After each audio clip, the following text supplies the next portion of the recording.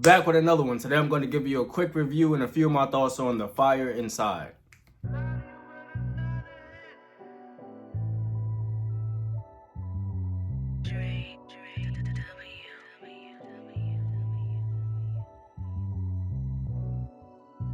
The Fire Inside was directed by Rachel Morrison, who was the director of cinematography for Black Panther and also the Mandalorian series on Disney+.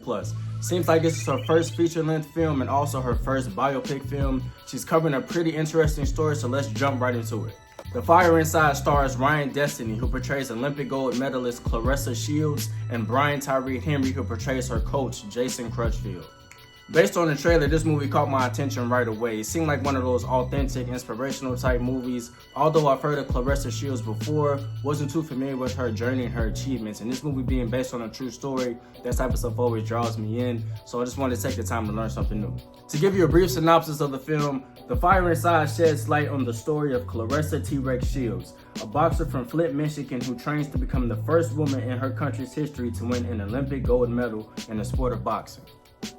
So I'll start with the things I like. The performances from Ryan Destiny and Brian Tyree Henry stood out the most to me in this film. The acting was on point. They really deliver on the emotional scenes and the funny scenes. Brian Tyree Henry really nails that working middle class man, average Joe. I think he had a job at the local light company. He has a passion for teaching boxing to the youth in the community. He had a pro career. Now his passion is volunteering, teaching over 700 kids the sport of boxing. He has a wife and a daughter.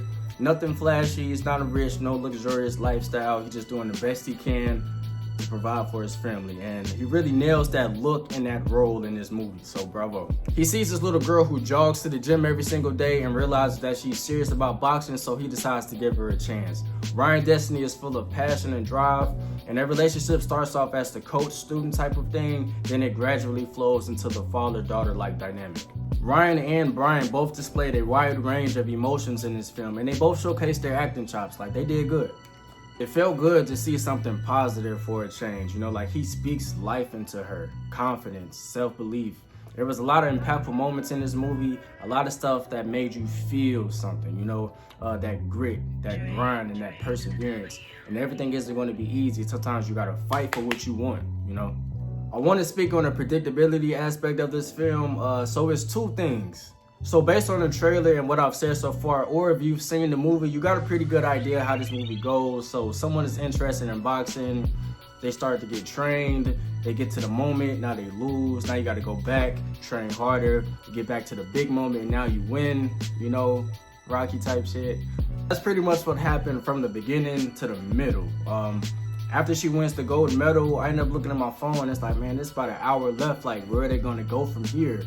And this is where the story gets interesting. So the second half of the film is where we are introduced to the hardships that take place after she wins the gold medal at the Olympics. It's like she won, she's back home in Flint, Michigan. She's a hometown hero, but she's broke.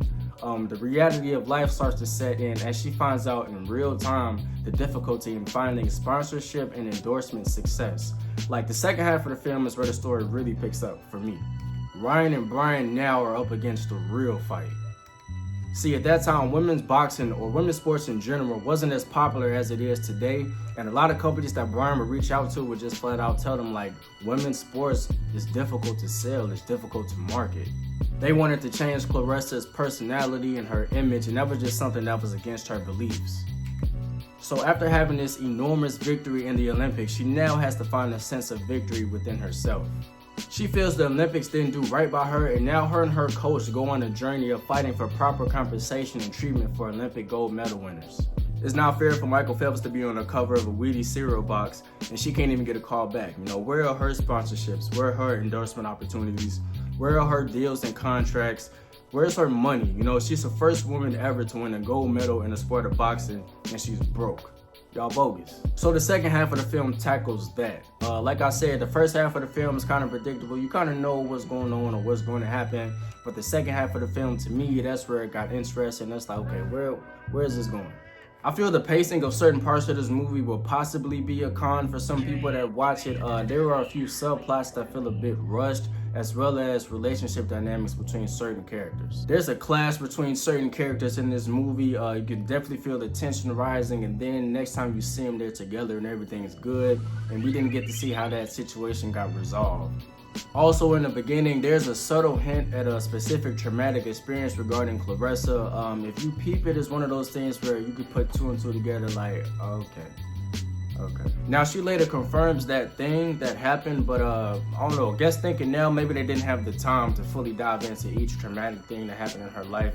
Now, granted, this is a biopic, so there has to be authenticity, there has to be some type of accuracy in her story. This is the story of her life, but it just seems like they didn't have enough time. Maybe if this movie was like 45 minutes longer, the pacing would have been a little bit better, but I could just see people having a little trouble digesting the pacing of this movie.